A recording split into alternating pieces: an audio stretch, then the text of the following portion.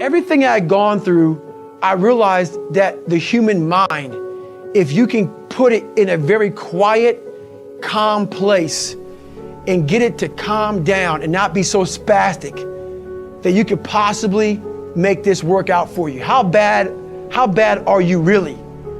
So I calmed myself down and I had to make this enormous thing small. I had 30 more miles to run and my body was in the worst shape in my entire life, the worst pain I ever felt in my life. So I broke this 30 miles thing down. I broke it down to small chunks. I calmed my mind down. I had to get water, had to get potassium, had to get sodium. I had to stop being so dizzy because I had to be able to stand up. So my dizziness went away after about an hour. I was able to stand up now. And I was going around this track at like 30-some minute mile. And I'll never get my crew person saying, hey, I got to mile 81. They said, you're not gonna make the time. I had 24 hours and I was going so slow, taking so much time. This is when I realized that the human mind, once everything gets connected, once the mind knows you're not gonna quit something, it's gonna try to find more. It's gonna try to give you more. Once it realizes you're not gonna take the path of least resistance, you're gonna stay here until it's done. My mind and my body and my spirit became one for the first time ever. For the first time ever, it became one. And I went to a level that I never thought was humanly possible for myself or anybody else. In that shape that I was in, I was able to run 19 miles. And I ran 19 miles, did 100 miles, actually did one more mile. I did 101 miles in 18 hours and 56 minutes. I'd overcome so many obstacles in my life, and this was the final crucible for me. And I got through it. And at the end of this race was such clarity to me. And it was just the most amazing thing I ever do in my life. I was at the very edge of my capability and wasn't sure that I could take one more step. I felt like I drained 99% from my tank at least. My gas light was on, my engine shuddering, yet I knew I had to find more if I was going to finish this race and get myself into bad water.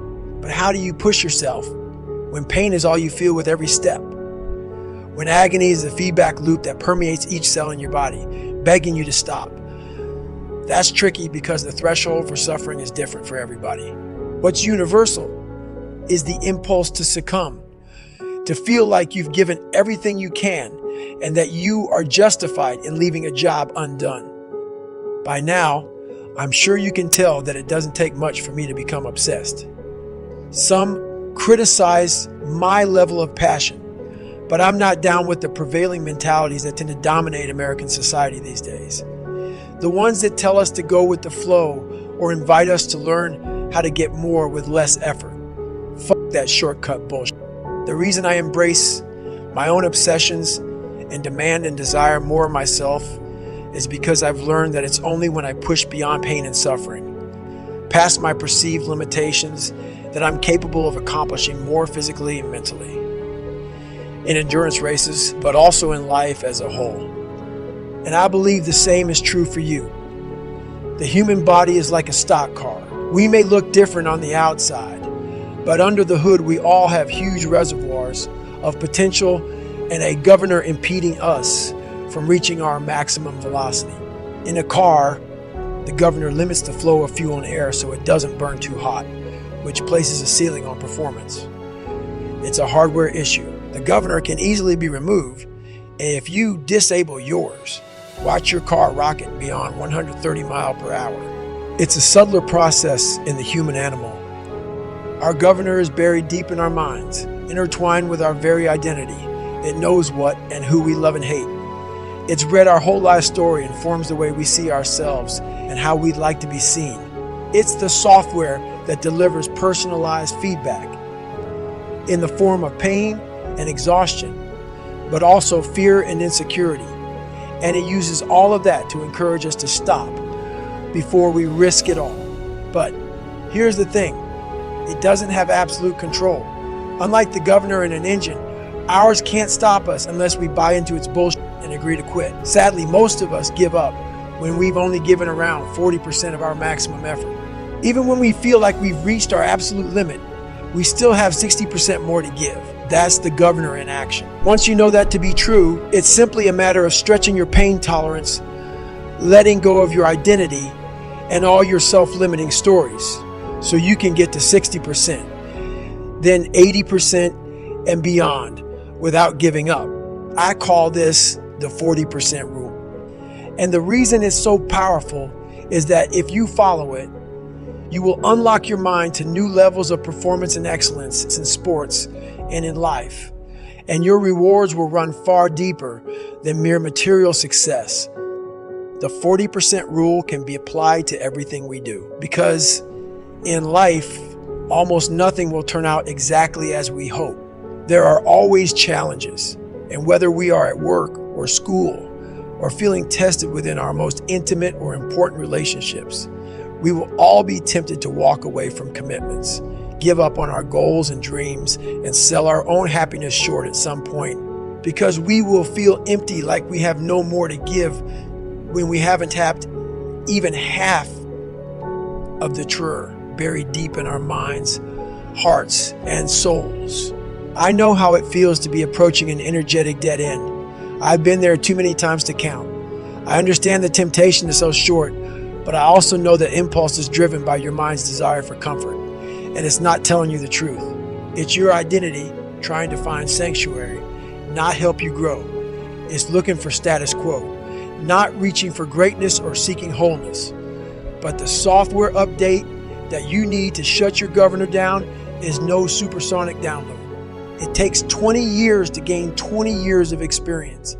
And the only way to move beyond your 40% is to callous your mind day after day, which means you'll have to chase pain like it's your damn job.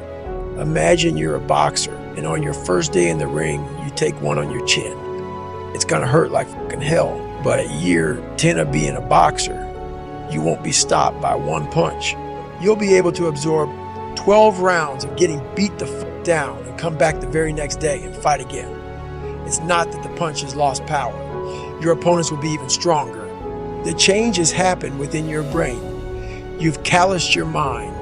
Over a period of time, your tolerance for mental and physical suffering will have expanded, because your software will have learned that you can take a hell of a lot more than one punch. And if you stay with any task that is trying to beat you down, you will reap rewards. Not a fighter. Say you like to run, but have a broken pinky toe. I'll bet if you continue running on it, pretty soon you'll be able to run on broken legs. Sounds impossible, right? I know it's true, because I've run on broken legs, and that knowledge helped me endure all manner of agonies on the ultra circuit, which has revealed a clear spring of self-confidence that I drink from whenever my tank is dry. But nobody taps their reserve 60% right away or all at once. The first step is to remember that your initial blast of pain and fatigue is your governor talking. Once you do that, you are in control of the dialogue in your mind, and you can remind yourself that you are not as drained as you think, that you haven't given it your all, not even close. Buying into that will keep you in the fight, and that's worth an extra 5%. Of course, that's easier listened than done. It wasn't easy to begin the fourth lap of the Hurt 100, because I knew how much it would hurt. And when you are feeling dead and buried, dehydrated, wrung out, and torn the fuck up at 40%, finding that extra 60% feels impossible. I didn't want my suffering to continue. Nobody does. That's why the line fatigue makes cowards of us all. It's true as shit. Mind you, I didn't know anything about the 40% rule that day. The Hurt 100 is when I first started to contemplate it, but I had hit the wall many times before, and I had learned to stay present and open-minded enough to recalibrate my goals, even at my lowest. I knew that staying in the fight is always the hardest and most rewarding first step. Of course, it's easy to be open-minded when you leave yoga class and are taking a stroll by the beach, but when you're suffering, keeping an open mind is hard work. The same is true if you are facing a daunting challenge on the job or at school. Maybe you are tackling a 100-question test and know that you bricked the first 50. At that point, it's extremely difficult to maintain the necessary discipline to force yourself to keep taking the test seriously. It's also imperative that you find it, because in every failure, there is something to be gained, even if it's only practice for the next test you'll have to take, because that next test is coming. That's a guarantee.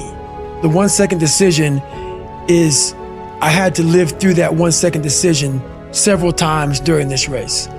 So this race took me 100 and some hours, okay? And this is what people don't get. For you to finish that race, even though I DNF'd, I still finished in the time. So there's a lot of pride in that. So what I do in that 1 second, because we all think about quitting, it's hard. But what you have to do in that 1 second is hard to process information during pain, because that pain takes over and you can't think rationally.